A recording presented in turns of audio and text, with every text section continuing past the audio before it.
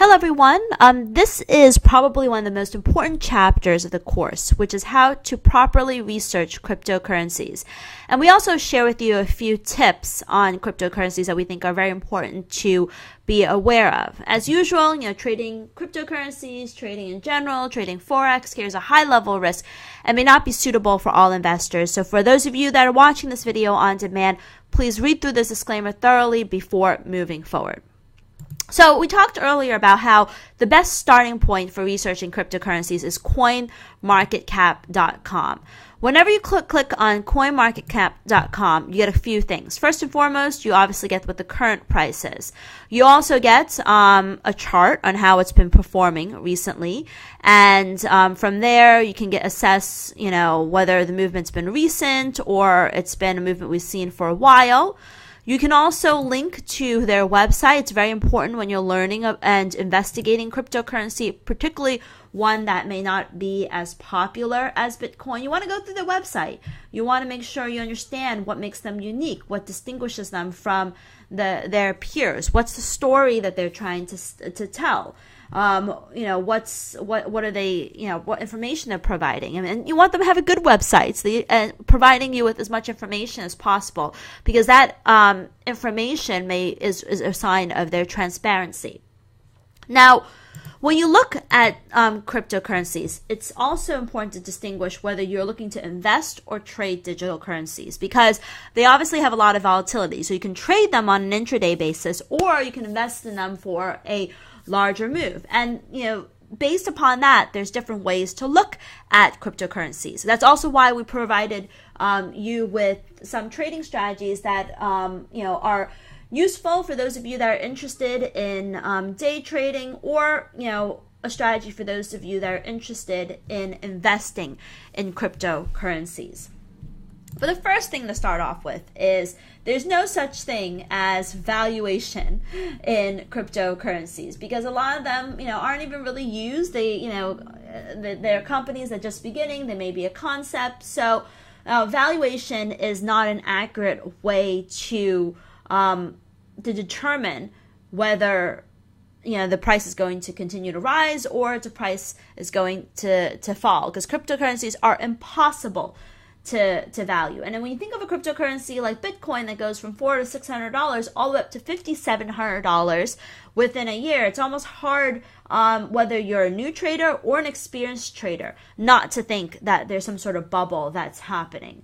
But while there is scope for correction because it's run up so much, it's important to realize that, during this period, the rapid appreciation in some of the values of the coins is tied to kind of the rebirth of a lot of these cryptocurrencies, or rebirth of cryptocurrencies as a whole. And what's interesting is that that a lot of these gains have come from currencies other than Bitcoin, like Ethereum. And it's a good sign that the market is getting more interested in the asset class as a whole, and the opportunity that these new type of coins provide, in addition to kind of the continued growth of Bitcoin. So that's why, valuation is not something to consider, but just because it's appreciated so much does not mean that we're at the top in digital currencies. It also doesn't mean that it won't correct, but it could still present a good investment opportunity. So when analyzing or researching cryptocurrencies, and there's so many of them, I think there's 6 key questions to ask, and to kind of try to answer when you're doing your research, which is, first, what is the project about? What is their mission statement? Who is behind it? Is it people who have experience in cryptocurrencies? Are these marketeers, engineers? What is their vision? What do they plan to what do they plan for the future of the cryptocurrencies? Is it a financial system payment products that has more opportunity, or maybe a retail commercial average Joe transaction instrument that may take a longer time to create adoption? So what is their vision? What makes them different? Ethereum has smart contracts. Bitcoin does not.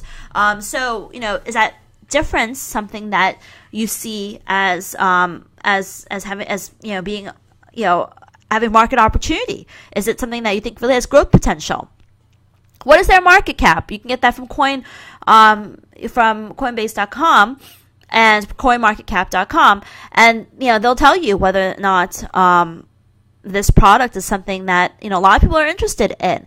And, usually speaking, with a lot of these highly volatile new digital coin instruments, ideally the greater the market cap, the better, because there's more people kind of doing their due diligence, hopefully, and finding this as a good investment product. And what's the retailer acceptance? There's not many cryptocurrencies that have retailer acceptance, but it's important to ask. To do your research, there's a few places. CoinMarketCap.com, we looked at that already. Reddit, YouTube, those are actually really good resources. If you use, and of course with things like Reddit and YouTube, there's a lot of things you have to take with a grain of salt.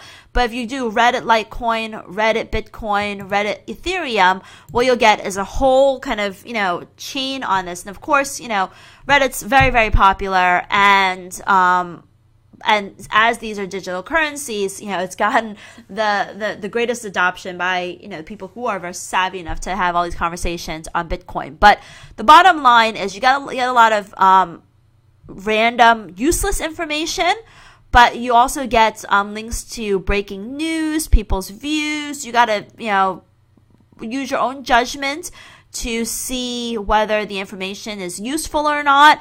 But if you are looking for updated information on some of these digital currencies, Bitcoin's a really, really good place to start. YouTube is great for instructional videos on how a lot of these things work, and particularly if you want to know the mechanics behind it and how to add to mine it or harvest it. And there's also a lot of trash on here, but there's a lot of good information that gives you. And of course, you want to also sort by making sure that you look at videos that are relatively new, probably within the past 6 months, to make sure that they're not overly dated. But there's a lot of good stuff here as well that gives you, like Bitcoin for beginners, that gives you a sense of how these things really work, and also links to some of the more legitimate kind of media organizations like Bloomberg and CNBC that can provide you more of a professional view than maybe Trevor James. I don't know Trevor James, so I can't really knock him, but I'm saying that perhaps this video from Bloomberg may have a bit more reliable information than some of these from people that you may not be familiar with. CoinMarketCap.com, Bitcoin, a lot of these other websites like Bitcoin Talk and CoinDesk, you can see that they're, some of them are, obviously Bitcoin heavy, but you can see that, this one's more of a traditional forum, but there's a lot of good information here if you're serious about researching Bitcoin. CoinDesk and Cointelegraph are far more kind of user-friendly. Bitcoin Talk is clearly a forum.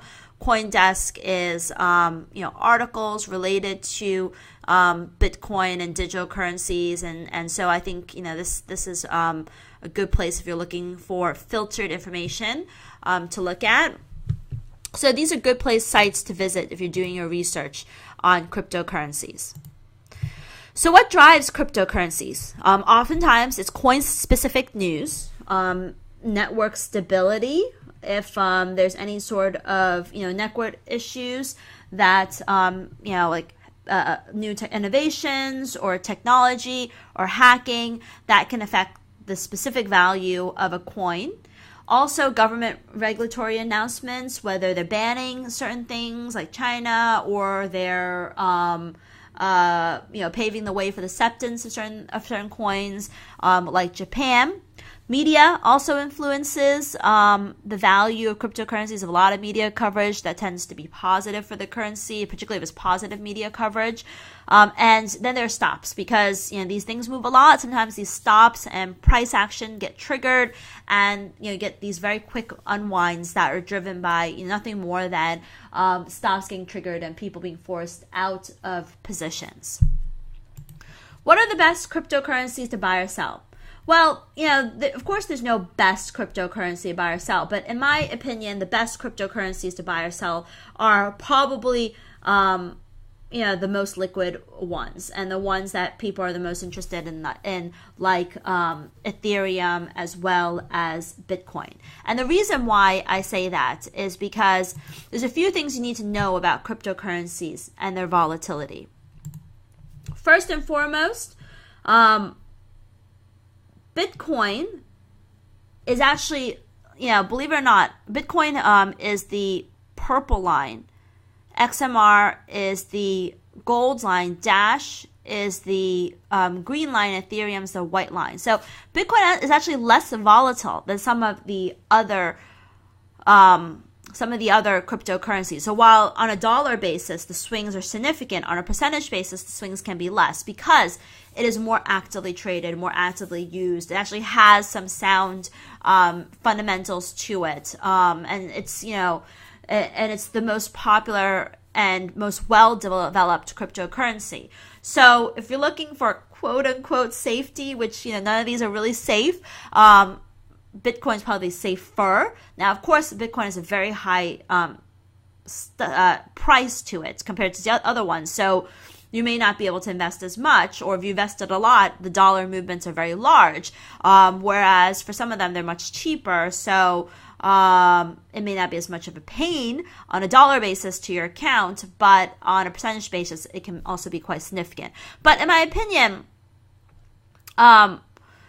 you can see that, a lot of these things just move in lockstep with each other. So it's either digital currencies or anti-digital currencies. So either market's buying all digital currencies or selling them.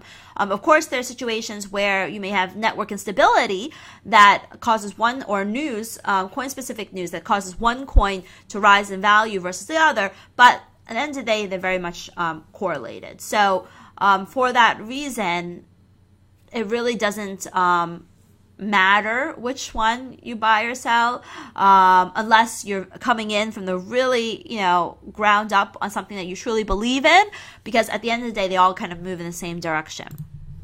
Volatility generally increases when prices fall.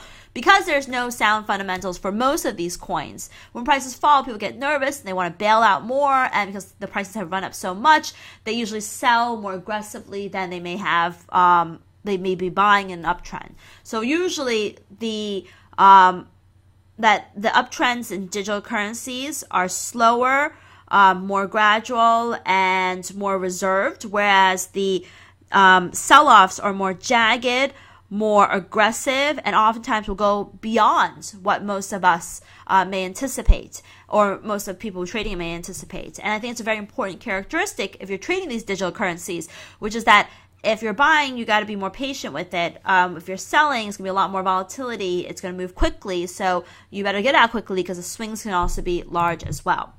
And this correlation matrix confirms that cryptocurrencies often move together. Like, for example, if we look at Bitcoin and Bitcoin and Dash, it's like a 75% correlation. Lately, it seems like Bitcoin and Ethereum hasn't had a great correlation, but for the most part, they move together. So when it comes to trading cryptocurrencies, there's a few tactics to use because valuation really doesn't matter. You can trade breakouts. You can leverage on the news, because when you have a news, usually can have a very pronounced continued move for a few days. You can ride price reversal flows of when people get nervous and they bail. You can ride that reversal, which usually can be quite aggressive. And when you want to buy in a sell-off, you want to buy very low because, as I said, volatility tends to increase when prices fall, and they tend to fall much more than we would imagine. So you want to come in when cryptocurrencies are more deeply oversold.